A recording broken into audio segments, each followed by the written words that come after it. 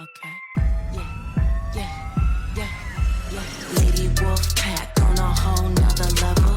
Savage as they come, gang of female rebel. Got the sharpest claws, we got the whitest teeth. We coming for your lunch, but we only bring the heat. Hey y'all, I'm Cassidy, the favorite daughter, obviously. And I'm Kim, her mom, her match, and the real reason she turned out halfway decent. Welcome to Mom's Favorite, the podcast where we laugh, vent, and overshare like it's our full-time job. Yeah. And we're coming straight to you from Austin, Texas, where the queso's hot, the opinions are hotter, and we don't sugarcoat a damn thing. You know, just think of us as Thelma and Louise, but only they're related and they have a podcast instead of a death wish. So go ahead and pour yourself something strong, maybe a margarita, get a little snack. Because here on Mom's Favorite, we got a lot to unpack.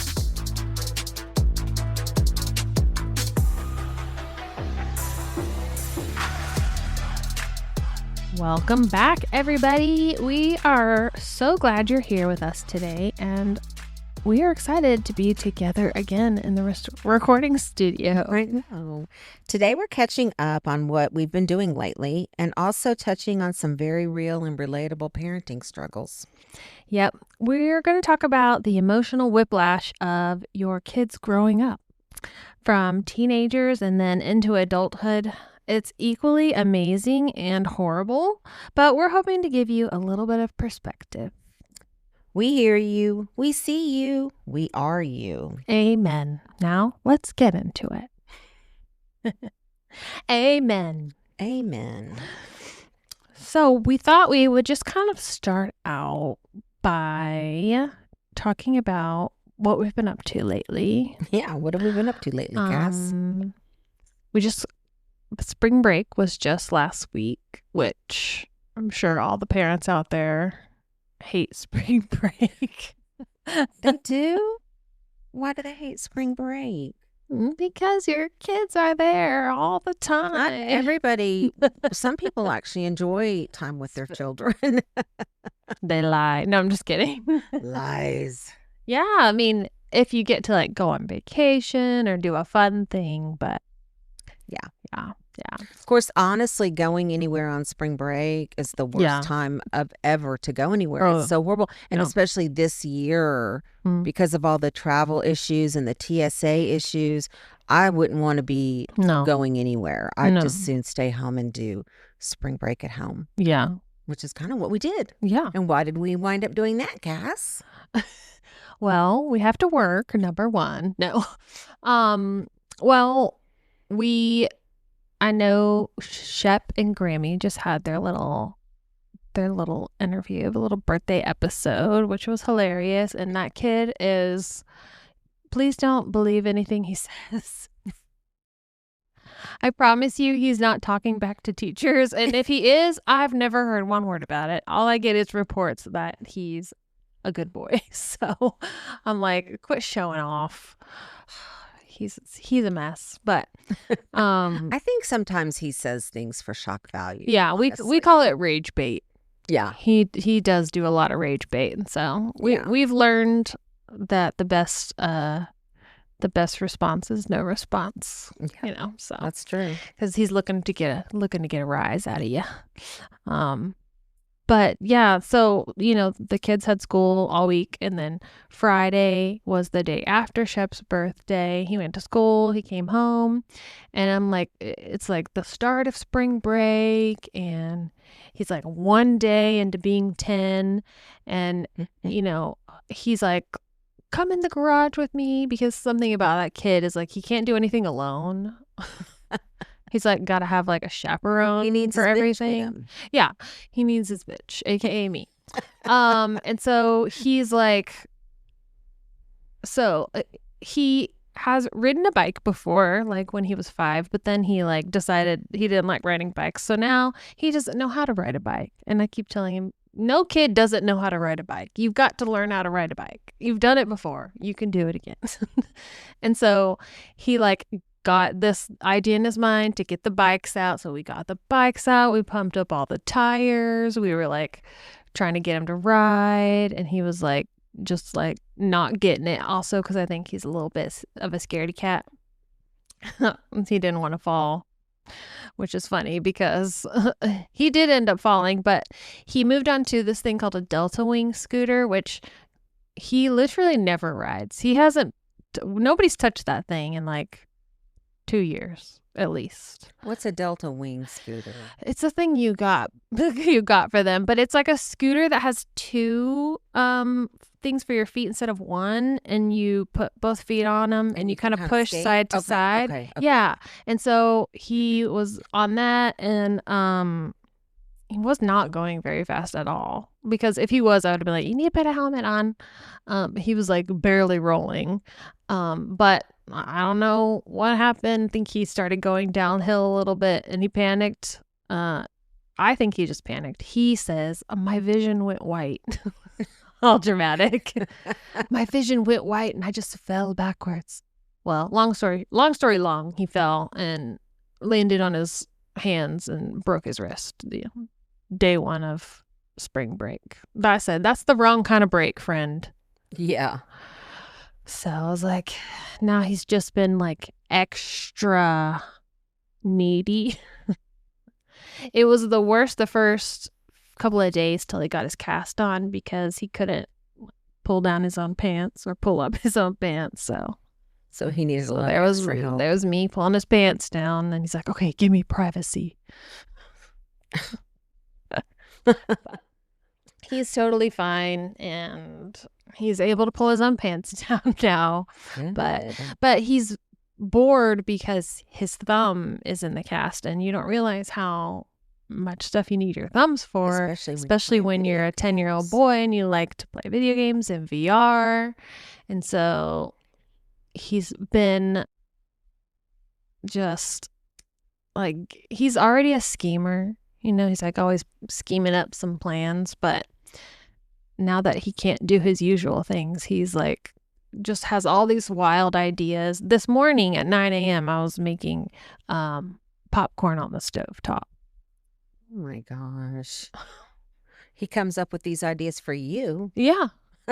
That's exactly right. That's exactly right. And if I try to say, well, can we do that later? No! It's like a whole meltdown. I'm like, oh, geez, Louise, this kid is trying to kill me. That's kind of what it's like with Jake, is that he is always planning something, always scheming something. And then when he's even doing the thing that he planned, he schemes the next. Scheming the next. Yeah. I don't know what that is. It's like it's an insatiable It is. thing. It is. He's got to be That's doing dopamine something. Seeking. Yeah. Yeah.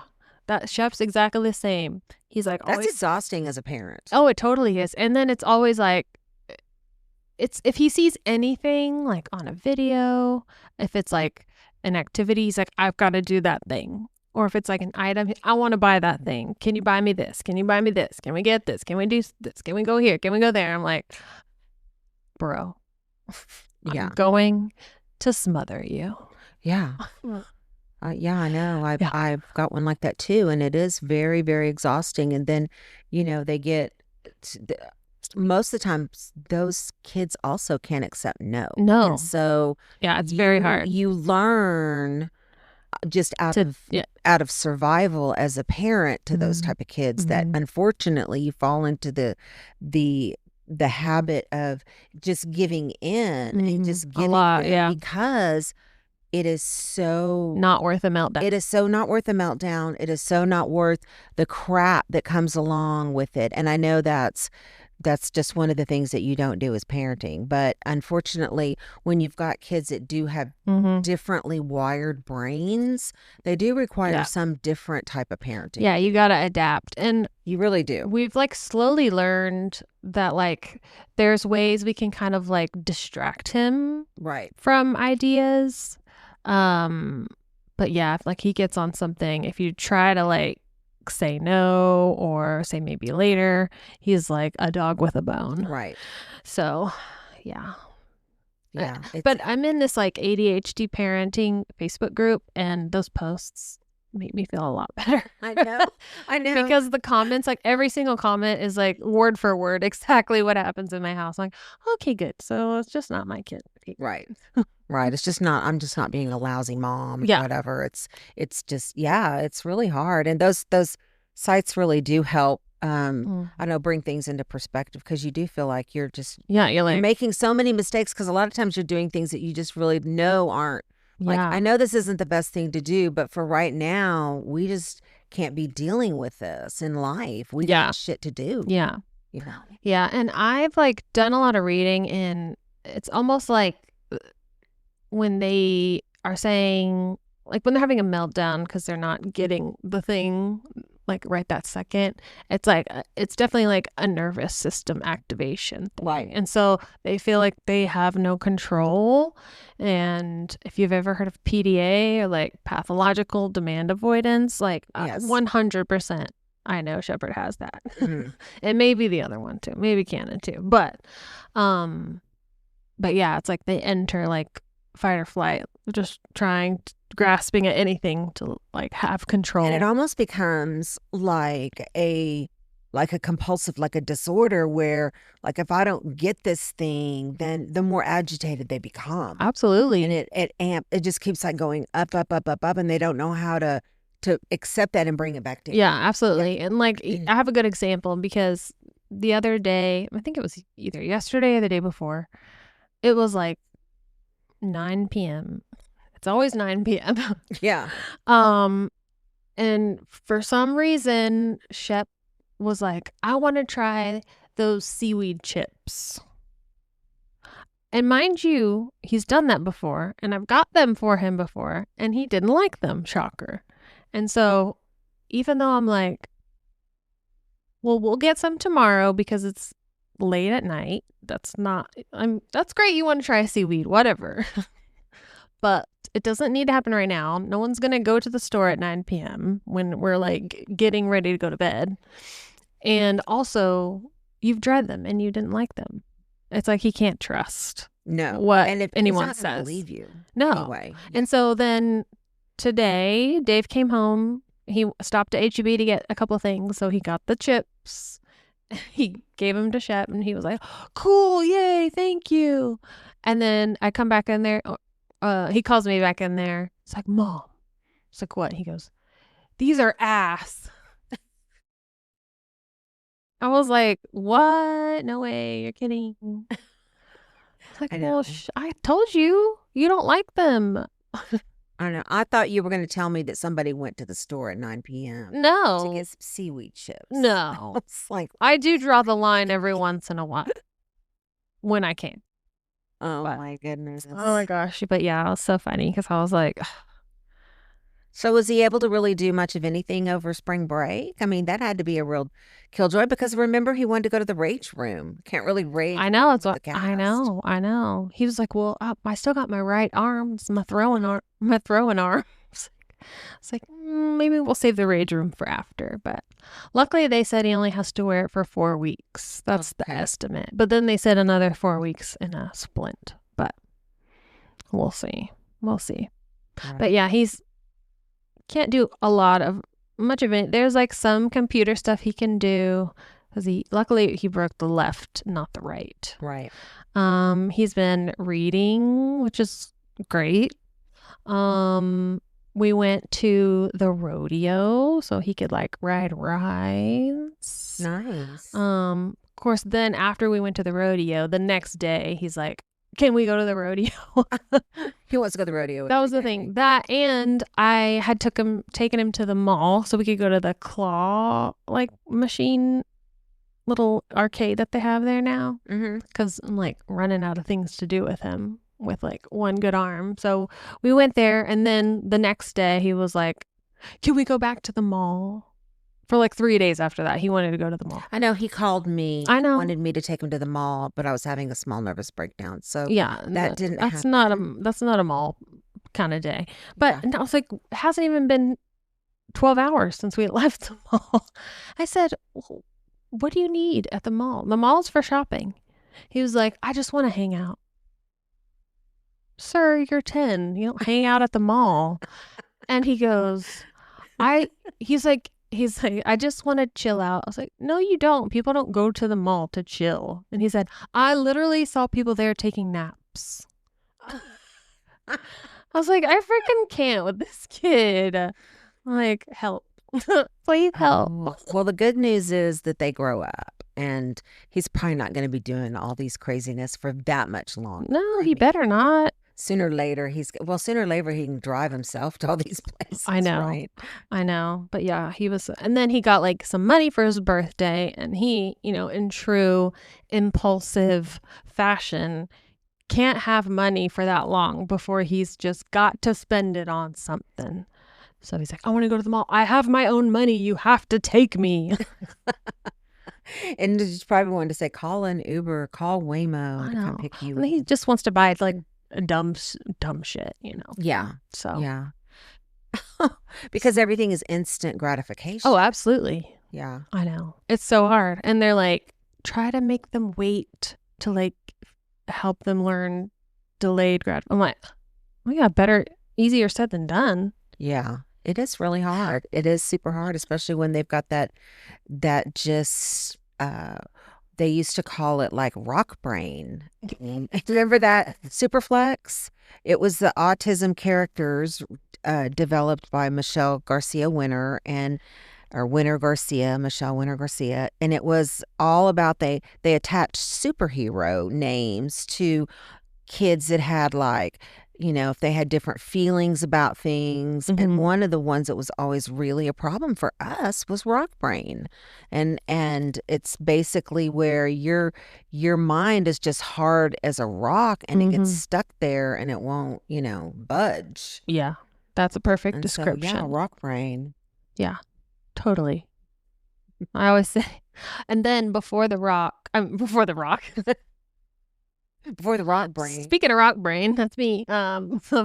Before the mall and the rodeo, the thing was, I want to get a cotton candy machine, and I'll buy it with my money. Oh, because he wanted to make a movie theater in his room. He's like, I'm gonna get a cotton candy machine and a popcorn machine. And I was like, and keep it in your room for the ants to feast, or what? And so I was like, okay. So he was looking up cotton candy machines, looking up ones that were like $200. Sir, we don't work at a carnival. So sir, have you not gotten the memo that sugar is like death? I mean, basically, no, he has not. So much sugar and cotton candy is one. Well, I think he got that from, I took him to that Halloween thing at Shelly's, and they had a lady there that was making cotton candy. Nice. And she had one of those things. And so he probably well, he didn't talk about it after that. I didn't even know that someone had that at Halloween, but he saw something. He had about 8 cotton candies that day. Oh, I believe it, because I talked him into getting a $40 cotton candy machine instead of $200, just like a little one, like a little countertop one. And yes, I got real good at making cotton candy. I was like a pro. And thank God the thing broke. So I was like, now he's going to want the $200 one, though. He's going to say the reason why is because it was $40 and it came from Temu. No, it came from Target, but Temu. No, I think he's moved on. That's kind of what he does. He's like, I must have this thing and I must have it now. And then he like the novelty wears off and he's moved on to the next thing. Yeah. Like making stovetop popcorn. Jiffy Pop. Remember that? Remember Jiffy Pop? Yeah, the little silver thing. Yeah, silver bubble. Like this, and then it. Oh my gosh! I bet they still have it too. Oh, they do. I've seen it. Cute. So yeah, we're tired, y'all. So what about Cannon? Did his whole spring break get blown out of the water just because of this little arm break business? No, I mean he's a great spring break kid when you can't like do much, because he's just happy enough to be able to play Minecraft and watch One Piece, this little like anime show he watches, and we did have leave him alone. Yeah, and then if I try to go in there and he's like, leave. He's looking at me like, leave. Can you get out? But we did have Dave's dad and stepmom Karen drove from Phoenix to visit because her son Adam, Karen's son Adam, lives in San Antonio and he's getting married in October. And so the point of them coming was so that they could meet his fiance's parents before like the wedding day. That's cute. Yeah, so they came and they stayed in Austin for a couple of days, and they went with us to the rodeo, which was super fun, except it was like 89 degrees. It's too hot. I remember it was hot. Too hot for rodeo, but it was fun. And then we went to Matzell Ranch. It had been cold. Yeah. 2 or 3 days before that. It was really cold. I know. Windy, and we had rodeo tickets too. And I was just like, I don't even want to go. I don't have the energy to go walk out there, and it's windy and cold. Yeah. And so I wound up canceling. And then I think the next day is when y'all wound up. Yeah. Yeah. We went on Friday, I think. Yeah, it was hot. But did you hear? Someone told me that there was like a shooting at the rodeo. I don't know if that's true. I think it was at the Houston rodeo. Oh, maybe. I don't think there was one at our okay, rodeo good. that I heard. I was like, but yikes. But yeah, they went with us to the rodeo. We went to Matzell Rancho, and we just spent time with them. And it's been a long time since we've gotten to see them and catch up. So how'd they look? Did they look good? They look good. Did they look old like me? Shut up. None of y'all look old. Shut up. No offense, Carrie and Karen. Tough. They don't take it. They're cool. They're fun. Yeah, I'm very lucky. I have great in-laws. I know sometimes people have nightmare in-law stories. I'm like, couldn't be me. But yeah, they loved Canny and Shep, and they kept like taking them in their car when we would like go places. And I was like, well, we might just not come home. You can just keep them. Yeah. Well, maybe, I mean, now the boys are old enough, you could put them on a plane and send them to Phoenix. I could. They could fly by themselves. Yeah. Cannon's 40, so. I know, Cannon's 40 and Shep's 20. He thinks he's 21. And they'll be back in October for the wedding, so we'll see them again. That'll be nice. I would love to take a trip and go to Arizona again. I haven't been back there since, I lived there, I think, and I loved Arizona so much. Yeah. I love so many things about it. I'd like to go back to Yuma and see, because it's like a totally different place. Oh, I bet. I probably wouldn't even recognize it. I bet. Yeah. Then they invited us to come for Christmas this year because I guess her kids are going to be there. And so it's like going to be a big house full of people. I know, we want to. We're going to try for sure. And they got a new house. I would get in my own place. Oh, no. Yeah. I'd get like an Airbnb. Yeah, that's what we're going to do. Because in that way, there's too many people. And, I like to have my own space. And, my kids will be acting a fool, and I don't want them doing that at somebody else's house. Like, go to your own house for that business. Actually, your kids behave a little better at other people's houses than they, thank goodness. They do it. Yeah, they're great at school. They're great at other people's houses, pretty much. It's just our own house. They're like, I can finally be myself.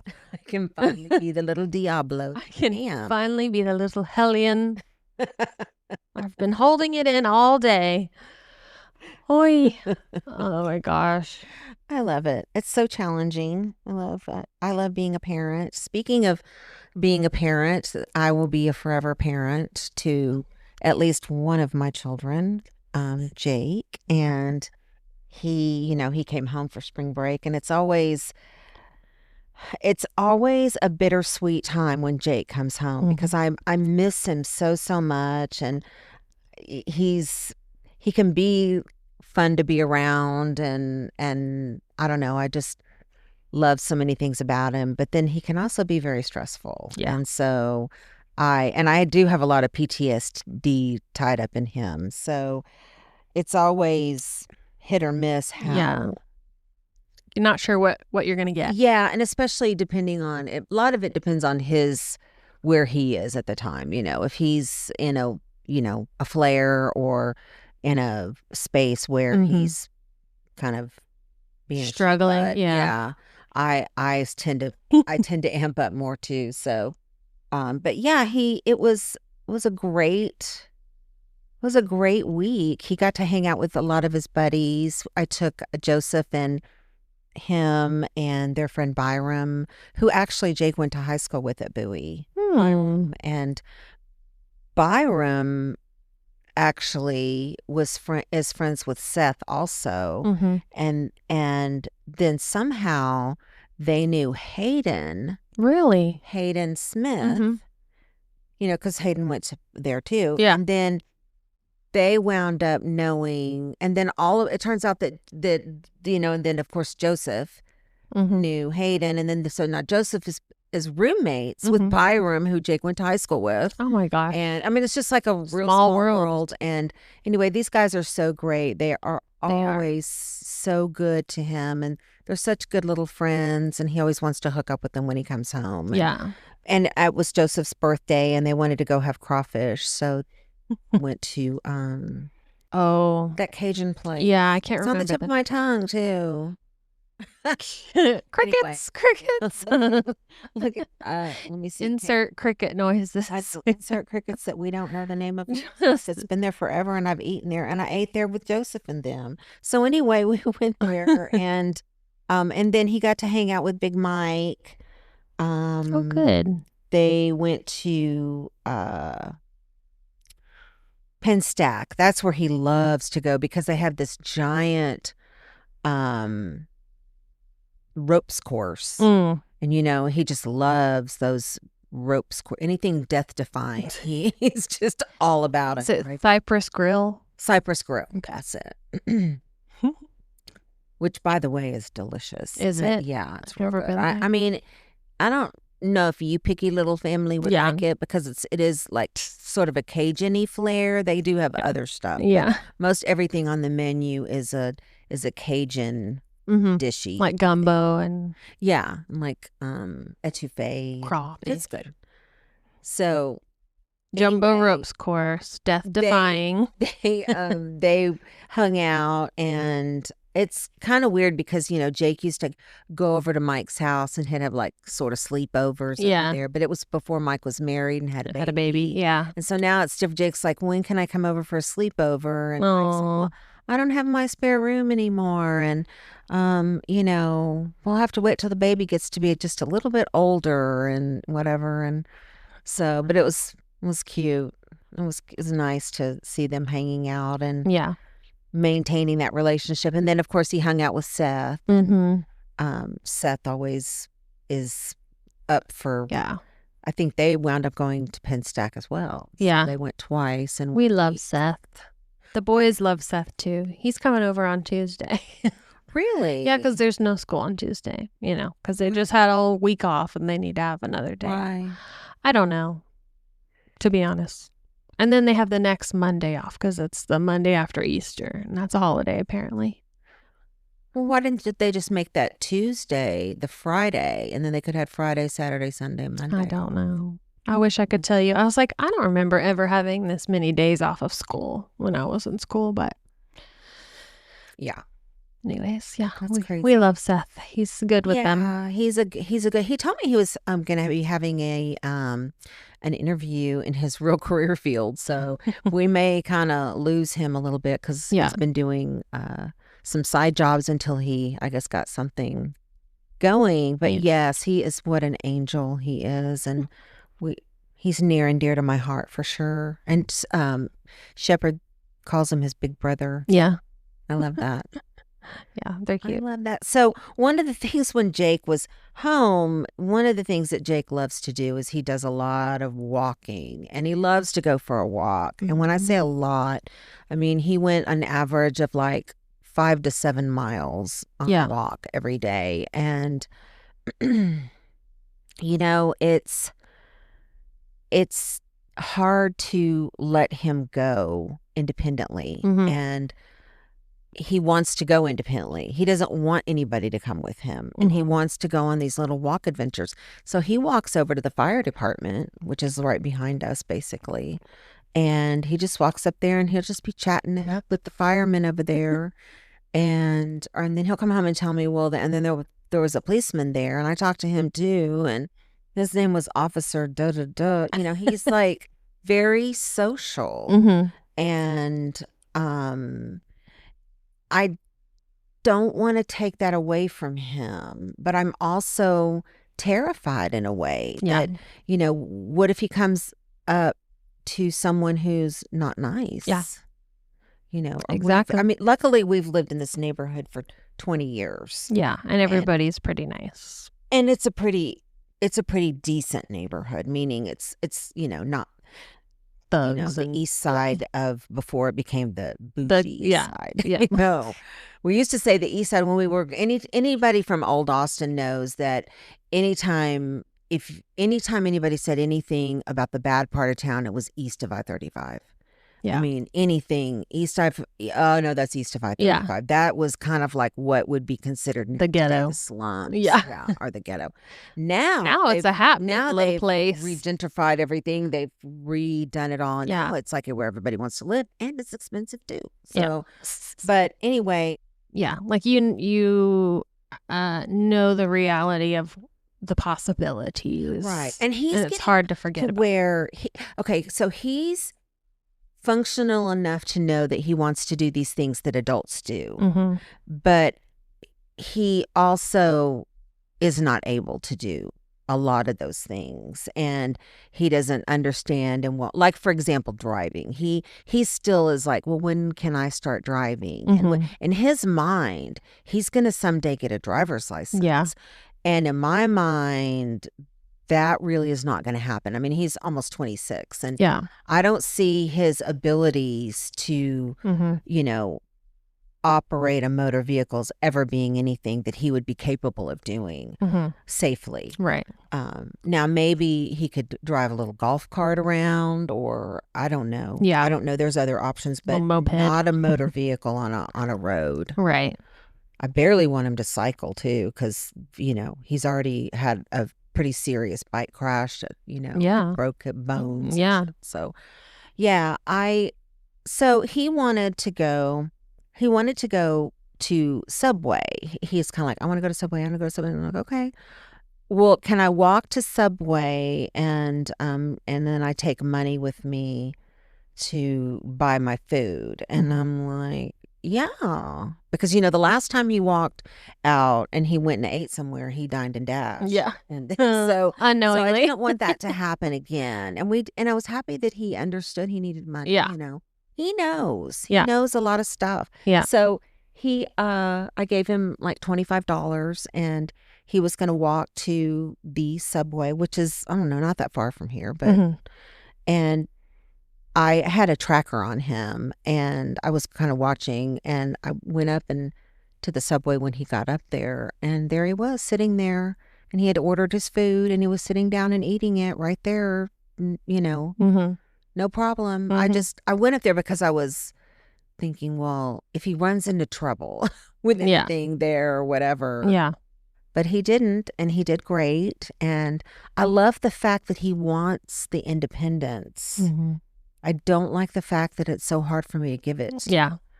But I'm working on it. I really am. Yeah. I mean, that's hard for all parents, but I think I can completely sympathize for you and your position, how difficult that would be, just based on like the things y'all have experienced. Yeah. Yeah, for sure. But so far, the interactions he's had with people have been 100% positive. And I can't live life worrying about every single thing that Jake's ever going to, because if I do, he's going to not live a fulfilled life. And I think he wants to be out there. He wants to talk to people. Yeah.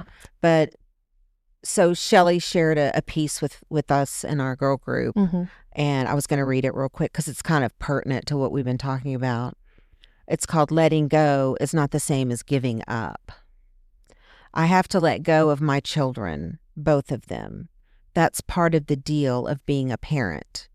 I get to love them and teach them, but I don't get to keep them. I have to set my children free. I have to let them grow up to be who they were meant to be and to live their own lives. Like fluttering butterflies, they were born to take flight. If I hold on too tight, I will crush their wings. If I hold on too long, I will smother and die. If I try to flap their wings for them, well, that's just ridiculous. But that doesn't mean I haven't tried. Mm-hmm. No, I have to let go. I have to believe they can fly. But letting go is not the same as giving up. Letting go is full of hope and possibility. Letting go is giving up the things that belong to my children. I can do letting go, but I'm holding their hands with my heart. I love that so much. I know. It's like, and it's so true. It's, They wrote that for you. They did. They did. Whoever. I think, because I think all of us right now are kind of going through that. Yeah. A lot of our friends are going through that, and and even just letting go, as like Canon goes from middle school to high school. Mm-hmm. It's a little bit more letting go of it, Mm-hmm. more and more until you just finally have to just say, "Hey, you're on but your own." It's different. Yeah. Okay, so I have you and I have Jake.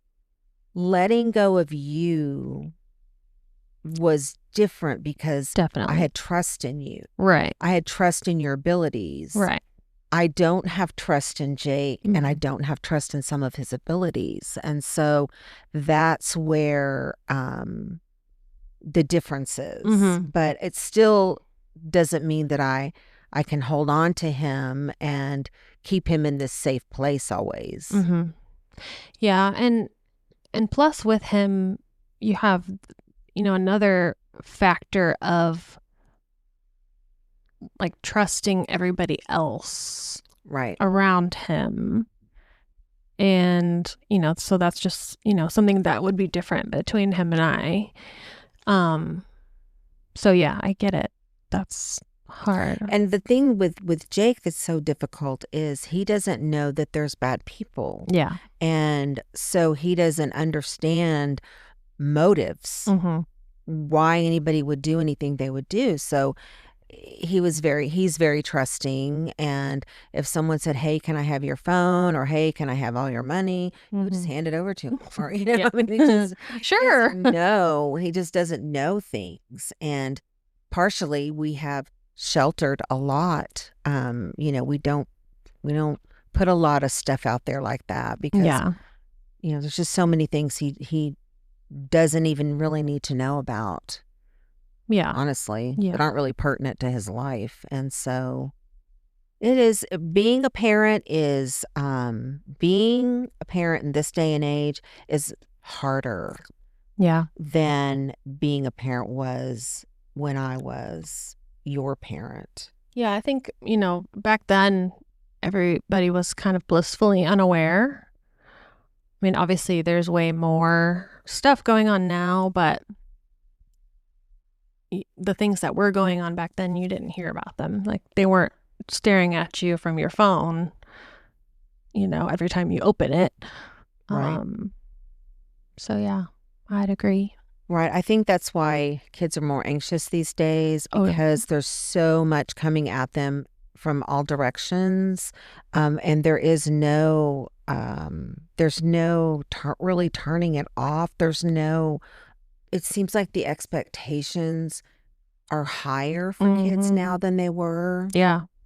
Even with everything, like in band, like Dave's like, this is crazy what they're doing.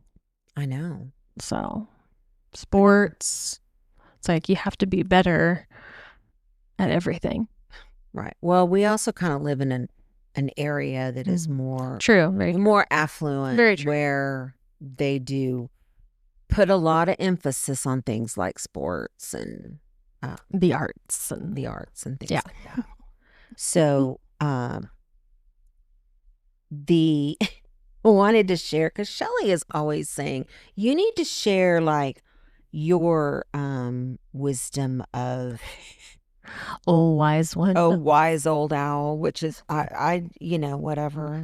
I'm like the last one to listen to, because my ways don't go along and don't align with the parenting guidelines a lot of times. So, because to me stuff doesn't make sense. Okay, like remember that thing years ago, a few years ago, where they were like, we were sleep training your baby, and you would just put it in a crib, and then you would just like kids screaming bloody murder, and you just go in there and pat it on the back, and then and that was right about the time when I had Jake, and I was like, that is the dumbest thing I've ever heard. To me, that only teaches a baby that abandonment. When I need you, you're not there for me. Totally. So I'm just like, that doesn't even. Yeah. So I think we can all agree there's some like parenting tips that are, not. I mean, like, you're gonna do you, raise your kids how you want to raise your kids, but absolutely. And I think that different families, different people have different agendas and different goals for their families, but different strokes for different I also know one thing with all my whole heart and soul. We are born as mothers with knowledge and intuition. And even if we don't think we are, and you have to listen to that intuition. Yeah. And you have to do what feels right. Is right and what feels right, and not what, even what doctors tell you. Yeah. Or your absolutely. Your friend who had a baby, because every baby is different and every situation is different. And I can't tell you how many stories I was reading, like, of these parents that were like being told, oh, no, the baby's fine, but like the mom's like I know something is wrong. It's not a mother's instinct. Yeah, mommy's instinct. Yeah. So anyway, I feel like I kind of came up with a few little things that I think are good little tidbits of wisdom from raising kids through a couple of different generations. So I think it's important to create a village with family and friends. I think that is so important for kids, and it's been underdone this last generation or whatever. It there was not enough importance put on it, and I think it is very important. Yeah. And I think COVID messed it up a lot of stuff too. Oh yeah, that's true. That is true. So I think that it's important to teach your kids manners and how to behave in settings starting out very young, because it's hard to teach them as they get older. That's why I say you really got to start it when they're like freaking like 3 or 4 or whatever. Yeah. You got to really start drilling, like, okay, when we go here, we don't act a fool. We don't run around. I can't tell you how many times I've gone into these places, and I don't have an aversion to kids' behavior. I think kids should be kids. And if it's not anything outlandish, it's not going to bother me. But I've been places where I literally wanted to snatch those kids ball-headed myself, because they were so naughty and they were so disruptive to people. And that is not okay, people. That is not right. You got to get a hold of your kids. Teach them some manners. Teach them to be polite. It starts there. That's what's caused all these rotted kids that are telling the teachers off in high school. They're talking back and they're like shepherd in middle school or in elementary. Yeah. And he acts like he is. They don't have any manners. They don't have any respect for people. And and let me tell you, you're judged. I don't care what anybody tells you. You are judged. People look at your children, and if your children are little heathenites, then they're going to be like, who do you think they're going to look at? They're not going to be looking at the school. They're not going to be looking at whatever. They're going to be looking at the mom and the dad. Like, what the hell? What's wrong with these kids? So that would be my advice. Teach them values and things like how to work hard, and don't give them everything. Right. Teach them how to win and lose.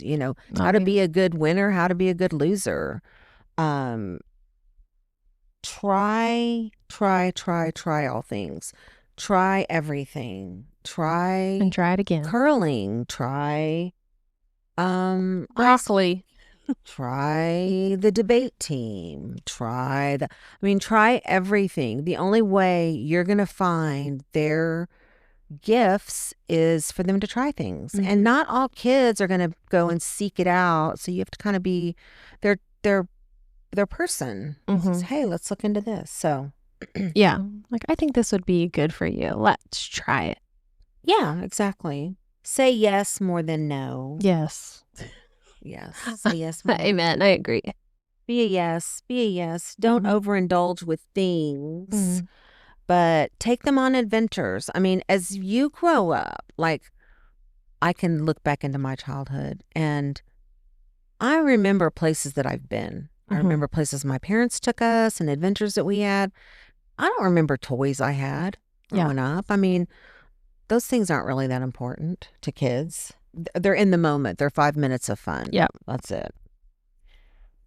And the last thing is keep talking to your kids, and importantly, keep listening to your kids. Listen to what they're telling you. And I think a lot of times parents are busy and kids do talk a lot. A lot of kids do jabber a lot and they talk about a lot of things. But in order to really understand what's going on in their heads, I think you have to listen between the lines. You have to listen to, and you have to watch what's going on. Don't put your head in the sand. And meanwhile, your kid is mentally struggling to the point where they're thinking about suicide or they're, you know, doing drugs or they're being bullied or, you know, they're struggling. And I don't want any kid of mine or any kid at all to be going to school every day in fear or being harmed or, I mean, it's not okay. And it starts with parenting. Pay attention to your kids. Yeah, I've always felt really strongly about I always want my kids to feel like they can come to me no matter what. And they'll never be in trouble. They'll never, you know, like with me, like, right. They'll never be judged. And that, you know, like the whole, if you're drunk at someone's house at 4 a.m., you can call me to come and pick you up. Or like, if some other kid is being mean to you or, you know, even with like sex, you know, it's like, that's how young girls get pregnant because they don't know and they don't feel like they can talk to their parents about that stuff. And so they're just like, well, I didn't know I could get pregnant. I know. So it's, you really have to talk to them, because if you're not going to be talking to them, somebody else will be. Yeah. And you want to be the one in their ear. And even if they don't even seem like they're listening, even if you don't think they're listening, or even if you think it's not getting in, or they're never going to do what I tell them to, eventually something will show up that will let you know they're hearing you. Yeah. I know. I always say to the boys, I'm like, one day you're going to be like, oh, my mom was right. My mom tried to tell me this, but I wouldn't listen. Yeah, because like Shep told me that some kid was making comments about his weight, and so that made me happy that he felt like he could tell me. Right. I was like, I'm glad you told me. You know, it's important because that's not okay, and we have to make sure that that doesn't happen. And if you don't tell anybody, it won't stop. Right. So, exactly. yeah. Exactly. I like that too. And that's why I like having little chats with them too, because I can sometimes you can get information out of them or kind of help them think about something. And I don't know, maybe sometimes they might listen to me. Yeah. Yeah. I don't. And with boys too, I feel like society's got so like harped on, you know, boys being tough and all of that, like, you know, boy behavior. But then that's how you have all these men that, you know, don't know how to deal with their feelings, don't know how to name their feelings, just bottling it all up, you know. And so just trying to teach them, like, it seems like you're angry. Are you angry? You know, just like putting a name to the feeling and then learning techniques how to deal with those emotions, not like stuffing them down and then drinking beer or something. Right. Yeah. Yeah. Like everybody else does. Yeah. Right. Like I do. No, I'm just kidding. I don't drink beer, but I do stuff them down. No. Yeah, I totally agree with all those tips. I love those. And that kind of takes me to, I was going to read this little quote that I heard about, your kids and growing up and the kind of home you make for them. And I really liked it. So I was going to read it. Okay. Someday your child will describe their childhood to someone you've never met. They'll sit at a table you didn't set, in a home you didn't build, across from people who only know them as adults, and they'll tell them a story about what it was like to grow up in your house. Not every detail, just the parts that stayed. The feeling of walking through the door, the tone at the table, whether the home felt warm or unwelcoming, joyful or tense, safe or performative. We don't get to choose the story they'll tell. We don't get to edit it later. But we're writing it now. In ordinary dinners and random Tuesday nights, and moments like the one you're sitting in right this second. Long after the Legos are gone and the schedules change, and the house gets quieter, the story of home keeps speaking. I can't tell the story they'll choose to tell someday, but I can keep setting the table like it matters, because it does. Oh, yeah. so sweet. So if you're in the thick of it and you want to smother your kids, yes. yeah, it's all about perspective and yeah. And like you don't want your kids to be like, all my dad or all my mom ever said was no. Right. You don't want that. You don't want to remember your childhood as your dad was always on his phone. Yeah. Or your mom was always on at work, or not listening to me. Yeah, for sure. I mean, you do have to have a balance. I'm not saying overindulge everything that the kid wants and give them your 100%, because there's just not that much to give. And especially with you, because I mean, you're a working mom too. It's different when you can devote, like a stay-home mom can devote all of her time and attention to, but you can't do that. You have a demanding job, and a job that you have to actually think about. And yeah, definitely balance. And it's hard because I'm sure every parent feels this way. You're like, I hope I'm doing enough.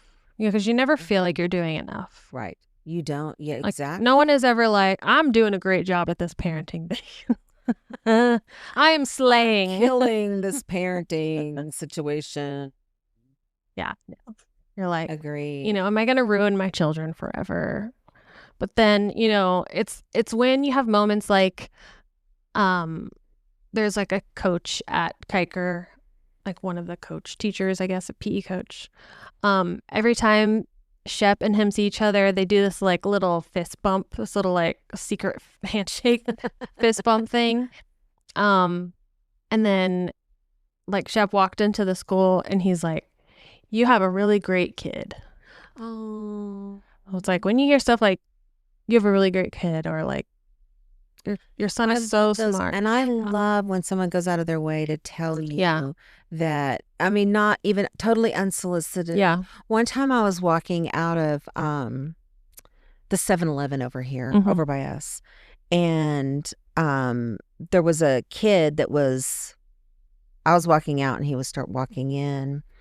And Jake had been with me, and he had walked in front of me and walked to the car. And the kid stopped me and said, is that your son? Mm-hmm.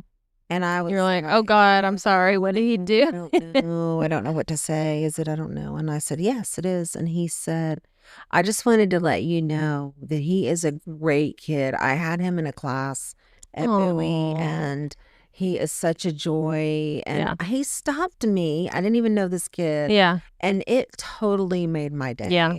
It made all the crap that I deal with a lot of times with him, and was going through all of the struggles, just to get that little nugget of love was so wonderful. Yeah. You're like, okay, we're doing okay. We're doing okay. We're doing okay. I mean, if other people, enjoy being in the presence of my kid, then we're doing okay. Yeah. So, yeah. So I wanted to tell you, I didn't even tell you about my adventure, but yesterday I went to that Leaf, Lano, Earth, Art, and the Rock Festival. Is that whatever? Rock Fest, but not rock and roll. Rock, meaning as stones on the ground. I went to that with Liz because, I don't get to see Liz that much anymore because she's always busy with work and school and everything, and it's almost over. But I tell you, it's been a stressful time because we used to hang out a couple times a week at least, and now I'm lucky if I get to see her maybe once a week for a couple of hours. So when she texted me, she said, "Do you want to go to this rock festival thing in Lano?" And I was thinking, I hate rock brain. I hate rocks. I just do not like rocks and don't really care about all that stuff. But you wanted to spend time with her. Yeah, with Lizzie, because she's always a fun time. And we always make everything an adventure. So we wound up going, and it turned out to be a very lovely little event. As a matter of fact, I think the boys would love it. There's so much, exploring and rock climbing and I don't know. There's music. There's bands playing there, and so more than just rocks. Yeah, and then they have all these little booths set up with all these artisans there and different things like that. People selling crazy stuff. I think there was one that had vintage McDonald uniforms from 1976, and it was the little dress. I think Shelly was in those photos. I'll send it to you. It's so hilarious. How random. And they were like new, but the tags were like from 1976. They were how wild. They were old tags, like they were sitting in some box somewhere, and somebody found them and said, "Hey, look at these uniforms." That's so random. They but did have cool. random stuff there and random people. It's always fun to go watch people, and there was hippies, and we got this really good pizza from this Stone pizza truck that was there, and I was starving, and I overate. And that's fun. Then I decided, and I only had one piece of pizza, but still it was like, I knew like before I finished it, I was already full, but I was like, oh my God, it's so good. I want to finish it. And I did finish it. And then, of course, I had the idea, let's get an ice cream cone over there. So and I got some ice cream. Well, on the way home, I started feeling so sick. I started feeling sweaty. Yeah. I basically had dumping syndrome. And I'm like, pull over somewhere. And Liz, if I'm going to be sick with somebody, I want it to be with her. Yeah. She's trying to pull over, but we're still on like not on the highway. Pull over. So we wound up in the parking lot of a Baylor Scott and White hospital out in Nowhereville. And I'm like, don't take me to the ER. I'm fine. You're like, anyway, I just need to barf. It's just pull over to the side and let me barf. And I threw up, and I did feel better, but I lay down in the back seat, and I just got so dizzy, and I was just like, I've never had it come on that. I've had dumping syndrome before. Yeah. So I know it, or like if you just overeat. Yeah. That's just, but I've never had it come on that quick like that, like literally. I guess that's how it works. Yeah. So, yeah, I know, fun like times. ruin a good pizza. Yeah, we were having a really good day, and then I had to pull that nonsense on. Sorry, Lizzie. At least I was glad I was with her. Yeah. But that little rock festival was really cute. Yeah, that sounds right up Liz's alley. I know. It's like a little crunchy hippie. Yeah. Rock lover. Little rock mama. Little rock mama. Well, I think that we could call it a wrap on today's episode, yeah? Yeah. A little life update, a little parenting reality check. And a reminder that parenting kids at any age is no joke. But if nothing else, we hope you feel a little less alone in it. Thanks for being here with us. We'll catch up with you next time. Bye, y'all. Bye.